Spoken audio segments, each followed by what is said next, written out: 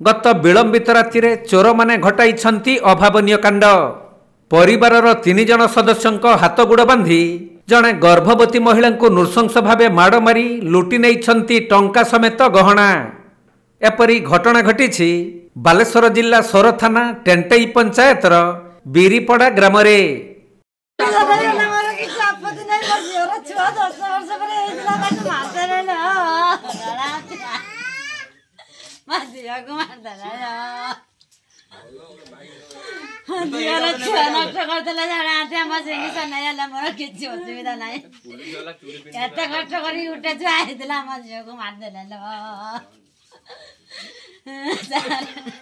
मिलिथिबा सूचना अनुसार एही ग्रामर अहल्या नायकों घर काम चलिथिबारु से परिवार सहित एक अस्थायी घरे रहउछंती। तेबे गतकाली विलंबित राति 4 जन दुर्वृत्त तांको अस्थायी घरर पॉलिथिन चिरी घर भीतर को पशिथिले। यह देखि अहल्याଙ୍କ गर्भवती झियो रश्मिता पाटी करिबारु चोर माने तांको अमानुषिक भावे निस्तुक माड़ मारिथिले।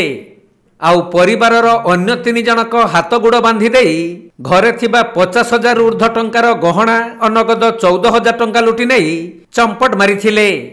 तेणु चोरंक माड़े अति गुरुतर होइथिबा गर्भवती रश्मिता उद्धार करी सोर डाक्तरखाना रे भर्ती करा जाइथिबा जणा पड़िछि। सेहिपरि उक्त ग्रामर चक्रधर बेहेरा 2 मास हेबो बेंगालुरु रे रहुथबा तांको पुओ पाखकु जाइथबा बेले तांको घरर मध्य झरका भांगी सोना अनगद टंका लुटि नहीं छंती चोर माने।